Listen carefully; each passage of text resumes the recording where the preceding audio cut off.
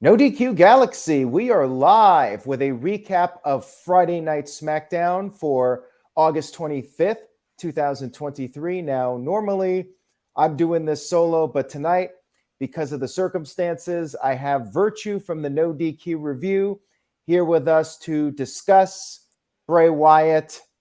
We did that stream Thursday night. You were not on it, so I figured I would have you on tonight to talk about Bray Wyatt. You've been a big fan of his. You've talked about him many times on the No DQ review, a big supporter of him. So I guess let's get your thoughts, your reaction to the news of Bray Wyatt's death. 36 years old, Aaron. Like, you follow a guy because you're a wrestling fan. You see them, relatively, like, as soon as he went from NXT to the main roster, I mean, they were a pretty big deal right away. I mean, he had that feud with Cena. And, you like, there's something about him you can't explain. You're drawn to it. And it was never about the matches. And when the Wyatt family debuted, it was not about match. Wrestling, like, still wasn't about, like, the matches yet. Like, the general consensus of wrestling fans that it didn't have to be a great match. Like, you knew you were going to get great matches at a pay-per-view at some point, but it was about character still. And somewhere those first 4 or 5 years, he was like, people loved him. Then they were getting tired of it, Aaron. And that's where I was struggling, because I wasn't, but the voices kept drowning me out. Like, the Fiend stuff was getting a little, people didn't like the red light with the Hell in the Cell and his mat. And I'm like, dude, this guy is still the same great guy we all loved when he came in. And I think we get behind that wrestling bubble of, like, what has somebody done lately based on how they're booked, how they're portrayed, if they're healthy, if they're injured, if they're on TV. And I think it affected Bray personally, but he drove through it, got released from the company, got hired back, and just that whole aura of, is that him? When we heard the what was that song, The White Rabbit? Yeah. And it was, and that return was amazing. And looking back on it now, it disappointed some fans, the run, because he wasn't that old Bray that we had the first several years when he was at his hottest, right? Wrestling John Cena at WrestleMania, Undertaker at WrestleMania. And then something like this happens. And I wonder if people feel guilty, like, thinking how they didn't like him the past year. They were disappointed. And I never once was disappointed in this guy. Even if the stuff seems stale, I was excited for what he was going to do in the horror movie scene. It seemed like when he was released, he was going to do something. They didn't really able to get all that finished because he was back in wrestling. The guy passed away, and we're never going to see any of this, except the WWE highlights from the great career he had. And I see no disappointments in it, Aaron. I know people are going to be underwhelmed by some of the stuff that Bray Wyatt ended up becoming. Not his fault necessarily, right? Injuries you can't help in this business. Some wrestlers get less injuries than others. But we're not going to get anything else. It's done. All we have is what he did.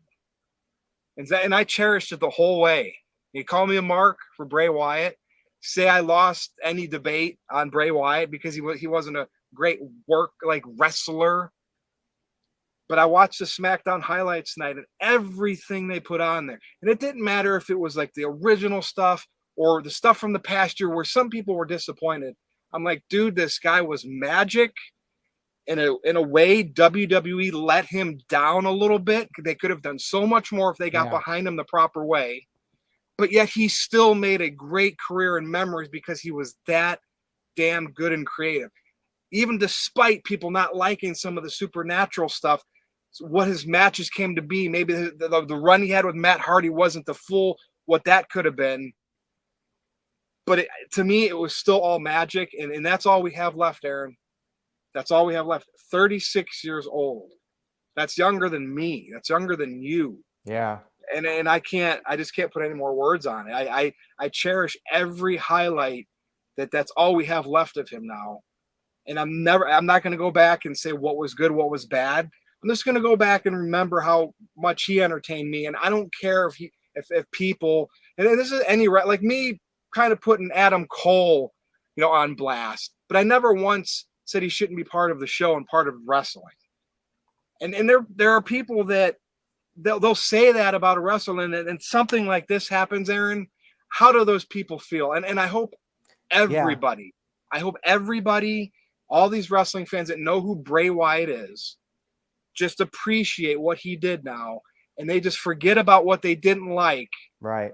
And I know as wrestling fans, we like to talk about all of it and critique it, but let's just enjoy what we did like. And for me, one of my probably daily routines will be looking up one Bray Wyatt thing a day on YouTube, probably for indefinitely. Did I still do that with Owen? I still do that with Brian Pillman. It's just ridiculous. Like, the unfortunate stuff like this happens. And even he's got a family, and that's where you start thinking personally, like, well, something happened to me, and the people that rely on me all of a sudden don't have me. You think about that stuff. So rest in peace, Bray Wyatt. Legend, Hall of Famer, no questions asked. Yep. 2024. So yeah. Very well said. I agree with you on everything. And I did talk about this on the stream last night, that I feel sometimes wrestling fans, they get so caught up in what they want to see that they end up criticizing the actual person rather than maybe criticize the booking of the show and not taking into consideration things like injuries, as you mentioned. Sometimes things are out of Bray Wyatt's hands and there's only so much one person can do. But at the end of the day, he was arguably the most creative guy in recent WWE history, maybe ever. And at the end of the day, you need to take chances and try different things. Not everything is going to be a home run, but you have to try. You have to think outside the box. And that is what he did. He thought outside the box and came up with unique concepts that we never saw prior to that, which is hard to do because it feels like everything has been done, but somehow he would manage to come up with a totally new concept and do something that we haven't seen before. And I it think was like, back, go ahead. Well, like, he was that darker character. And so, like, you're getting comparisons with legends like The Undertaker, and talk about, like, pressure. You know what I mean? Like, having to fill those shoes, yet still be your own unique way. And I just commend the guy for everything he did.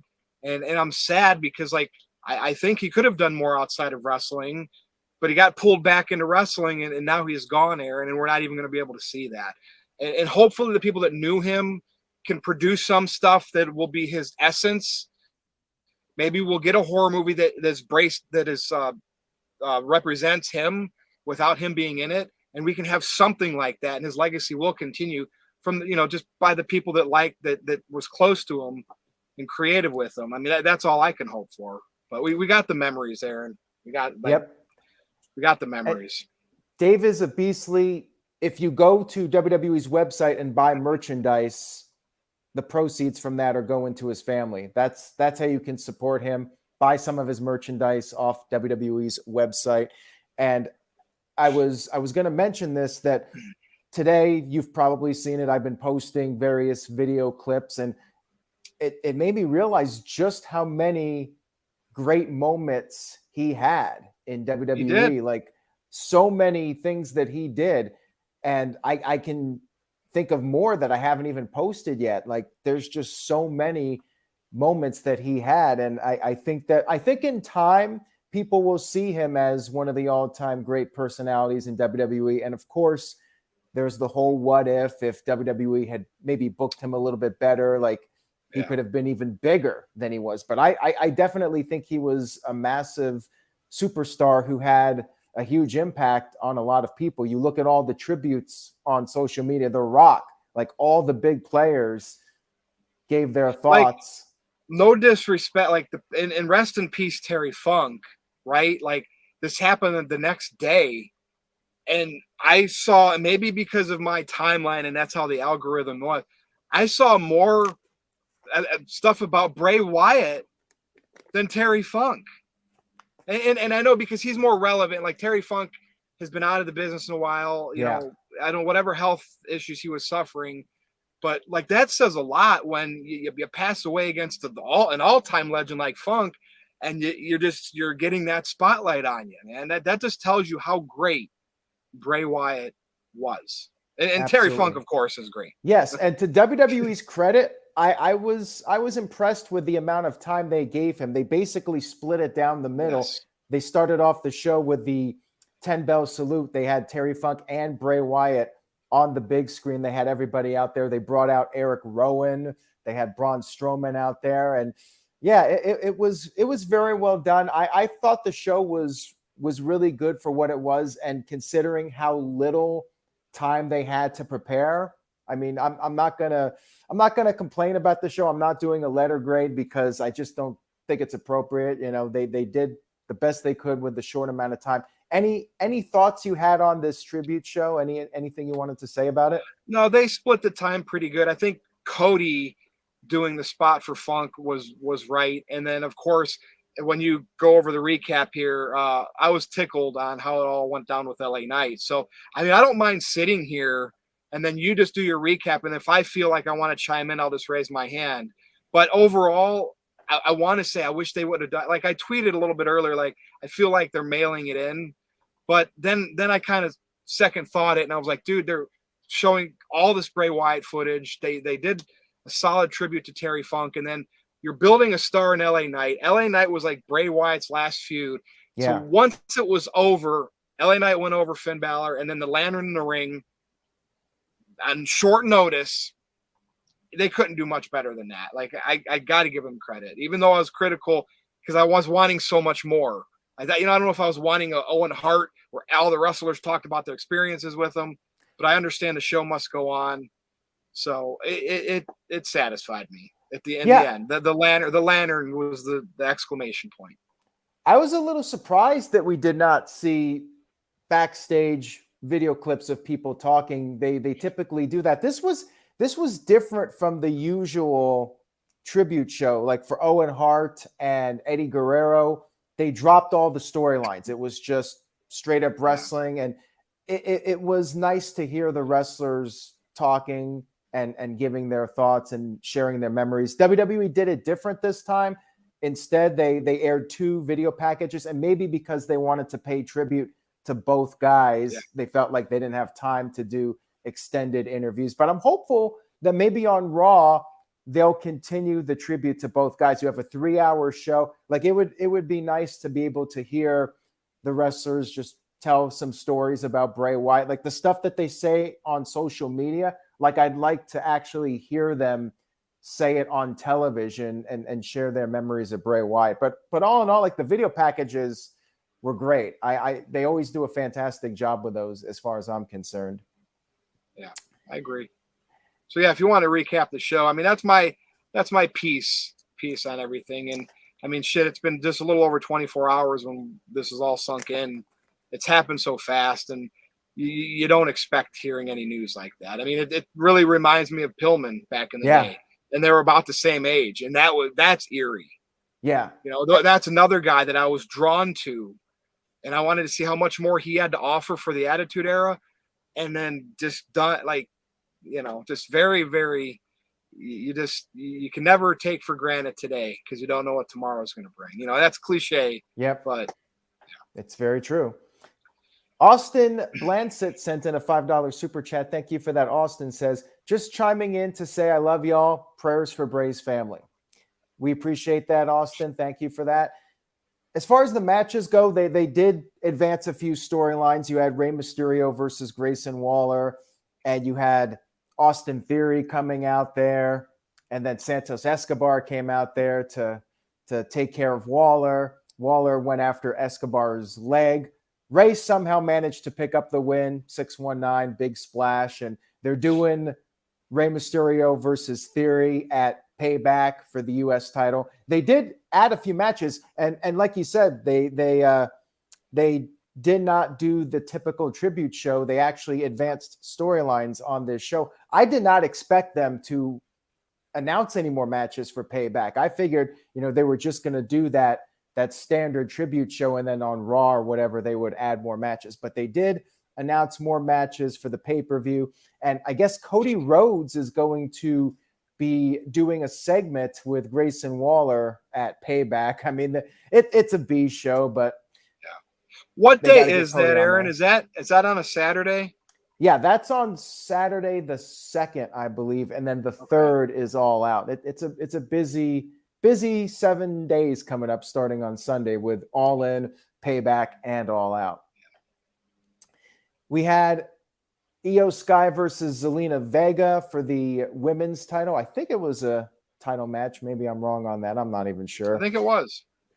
But yeah, it was a good match. Pretty basic women's title match, and Io Sky got the win. She did throw Zelina into the steps prior to winning. She got the win with the double knees and then the moonsault.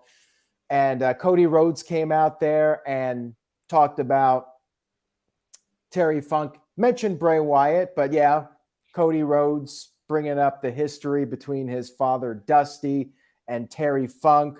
Any particular memories of Terry Funk that have stood out to you over the years? Like anything? Well, there's a couple. Remember? Obviously, because I was heavily, with the Attitude Era, I didn't watch much the ECW. Like I did see it, but I was like all about WWF and WCW.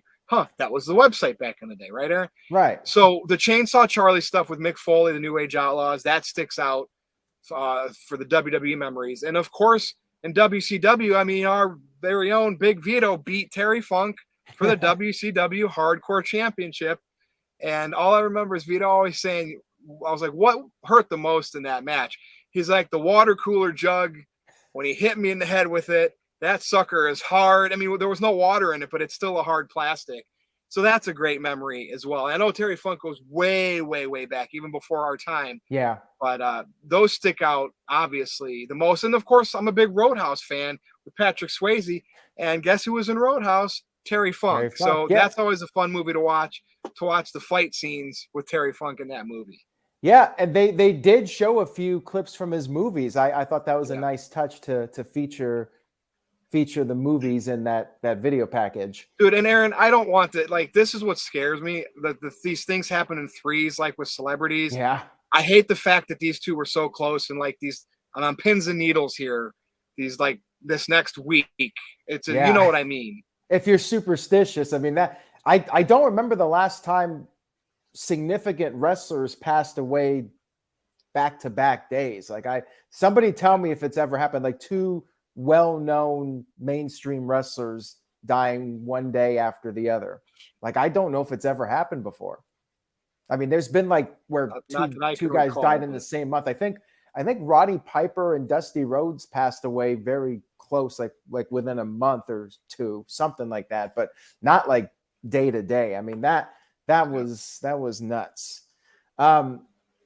We do have a few more super chats here. D. Martin Fifth sent in $5. Thank you for that. He says, hello to both of you. When I was a kid watching Terry Funk, I always remembered very fondly his usage of the branding iron on his opponents post-match. I want to ask you about the tag match. We had the Street Profits versus the Brawling Brutes. Now, Cody Rhodes introduced the match and said it was going to be a Terry Funk hardcore match. This is just nitpicking on my part. It's a tribute. No, it's not. Go ahead. Say it. It wasn't really a hardcore match. Like, it was a good match, but they literally had one table spot, and that was the finish. I mean, they couldn't even use the branding iron. Like, they used the stairs, but like you use the stairs in a lot of matches, right? So that's what I think I said. I feel that they're phoning this in. I think it was that. Like, you're right, Aaron. They shouldn't have called it a hardcore match, or they should have just did a little bit more, just a little bit more. Maybe some chairs, maybe a kendo stick is like, predictable as that would be in a hardcore match. They could have just did that little bit extra. So I agree with you on that. I feel dirty for even mentioning it, but no. I get that, they had probably no time to prepare. So they just went out there and did whatever match they were going to do. And then they're like, okay, we got to have a table in that. But I would say just don't announce it as a hardcore match. Just Cody Rhodes could have said this match is dedicated to the memory of Terry Funk or something like that. Yeah. I don't know. It was the only, I guess, awkward moment on the show. You know, you have a hardcore Terry Funk match that was definitely not anything close to a hardcore Terry Funk match. It was a Texas tornado match. Nothing like him and Foley in ECW or wherever they had their insane hardcore matches against each other. Yeah. And you know they're not going to do like the flaming tables or they're not going to have blood, but you know they could have had thrown in some chairs, kendos. You know they always do the kendo sticks. Like they could have thrown maybe out the kendo sticks under the ring that the guy pulled out. Bull rope, Terry Funk. Yes. Like when Bobby Lashley's music iron? hit, branding iron. When Lashley's music hit, I thought he was going to come out there with like the shopping cart. You know, Raven would bring out the shopping cart full of objects. Like I thought that's what he was doing. I think they missed the opportunity on that one. But again, it's all nitpicking. You know, it's a tribute show, so that's all I'm going to say about it. Street Profits picked up the win. This guy Experience sent in a $2 super chat. He says Iron Sheik earlier this year. Razor Ramon was last year. But yeah, Iron Sheik, I mean, far enough away that I don't think it counts for the happens in threes. Usually the happens in threes is like within a week or two. Am I right in saying that? Yeah. And that's why I'm hoping we can get through into September and then just, like I said, have the memories of these guys and not have any other news pop up like that for anybody. Rage of Wrestling sent in a $20 super chat. That's Walter Cruz. Thank you, Walter. Says, it's no disrespect to Terry, but he lived a full life. And when somebody older passes, you can celebrate their life and it won't hurt as bad. However, someone unexpected and young just hurts a little more. This will sting for a while. I mean, I think this hit me the hardest since Eddie Guerrero, just because of how out of nowhere it was. And apparently he was getting close to coming back too, which made it even more of a shock, you know? Yeah. And then, you know, this is why, and I understand like maybe family wants it out so the fans know and can have some peace. I didn't want to know any details of it. Like, and that just like, I don't know, because it would have been okay. Bray passed and it was a mystery and we don't know why. And I hear that word COVID and I was like, man, aren't we so far away from that era? And it's still around. And it's just been a really crappy last couple of days. And we had storms here in Northern Ohio and tornadoes. Just crazy, man. Just crazy. Yeah. I mean, I think there was a thunderstorm while we were doing that stream last night and we almost lost power there. It's been an odd few days for sure. We had LA Knight coming out. He got the main event segment of the show. He cut a promo and brought up Bray Wyatt and said that sometimes the greatest foes can become the greatest helpers. How Bray Wyatt helped him get ready for anything. I liked this. I thought it was a nice little touch to put over Bray Wyatt. And he talked about The Miz. So again, they're advancing the storyline. I think they're doing that match at Payback.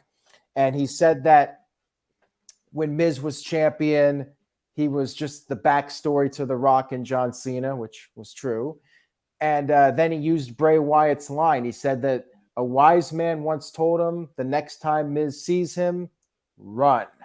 I liked that. I thought that was well done. Nice tribute there for Bray Wyatt. And the main event was LA Knight versus Finn Balor, which was basically a house show match. I think they just wanted to do a match and have LA Knight go over.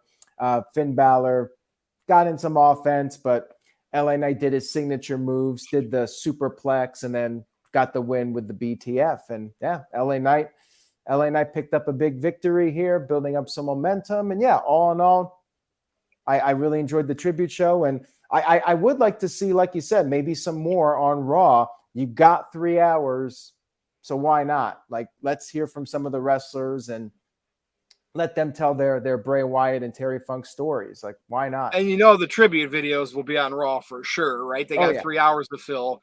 You know, they spent their time putting those great clips together, so you know those are going to be on the show for sure. Yeah, and I fully expect that. But yeah, they could throw in some interviews. Oh, I mean, we did I get the thought I read rocking chair. something.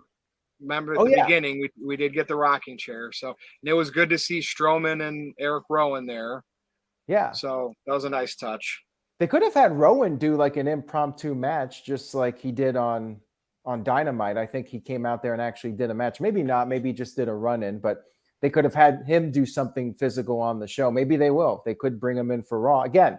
They could do some more stuff with more time. They got the weekend to brainstorm some ideas, and why not? I mean, it's Raw. Bray Wyatt was a big part of Monday Night Raw. I think they should definitely capitalize on that. And they tend to do that. Like you said, they'll show the video packages on Raw for sure.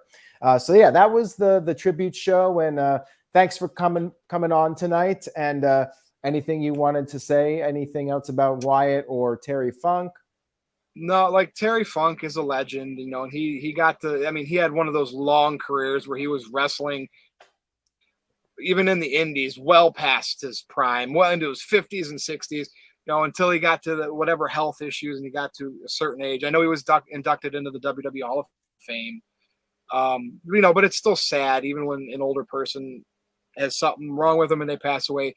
Just the Bray thing, complete shock. Yeah. I was ready to ride that horse all the way to the end with having him have this great comeback and changing the critics' opinions of him, especially the ones from the last couple of years of his career. And it's like, it's just abruptly, it's gone, it's done. But he still had a great, considering what he was given by the Machine. And at moments they gave him great stuff. But ultimately, I do think the WWE Machine held him back a little bit and disserviced his creativeness. And we could be thinking about Bray at a whole other level. It's already a great level, Aaron. It could have been like that all-time top 5, 10 era if WWE would have just maybe not been as stubborn and for whatever reasons. Some people could argue there was reasons why they didn't go with the super mega push with Bray, but for that Wyatt family run, he was relatively healthy for those first 4 or 5 years. It was something after that we noticed he was out a lot more. So they could have pushed him back then when really injuries were never a problem. He could have, beaten Cena at WrestleMania would have been huge for him. Never expected him to beat Undertaker, but WWE did not to need me to kind lose of to Goldberg. No, as the Fiend, and yet through all of that, look at the outpouring that happened with these fans and wrestlers and just everybody. He made a difference in the business because we saw why. Like sometimes people pass away. Yes, he was younger, but I'm telling you, man, he could have been one of those top 5s. I feel it, and it's a little bit makes me mad at WWE, but again, their business. They do things their way. They at least did tributes for him. And they did let him still have a platform, right? They did allow him to have all of his Uncle Howdy stuff on television. So as much as I want to kind of like knock him, it is what it is, and we still got the memories. So all in all, a fantastic run, definitely Hall of Fame worthy, and I think it's pretty much a sure thing he'll be going in next year. All right, so anything you would like to plug or promote before we sign off? No, the routine. The no DQ. The next no DQ review will be Tuesday, September 5th, 7 p.m. That's right. The reason why we're not doing it on some Sundays coming up here because of AEW. And if I don't do it Sunday, it seems like Tuesday nights are the best. So we're gonna postpone the review until Tuesday, September 5th, 7 p.m. But Aaron will be on pretty much every night between now and then. And thanks for letting me be on to kind of spill my guts about Bray. I just did not have time to get on your stream last night. So part of the reason why I was on here tonight after SmackDown.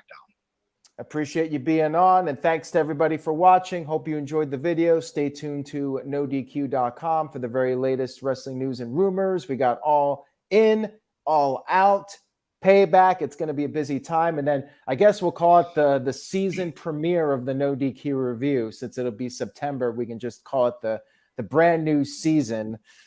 I was actually going to update the intro. I was going to update the intro. Like I was thinking about this before 250. Is Bray in the intro? He's in the intro, and before 250, I was thinking about changing it for that, and I was like, I'm going to take out Bray because he hasn't been on TV. But now I feel like I want to leave him in. Oh, you no. know? Yeah, for sure. Yep. Yeah.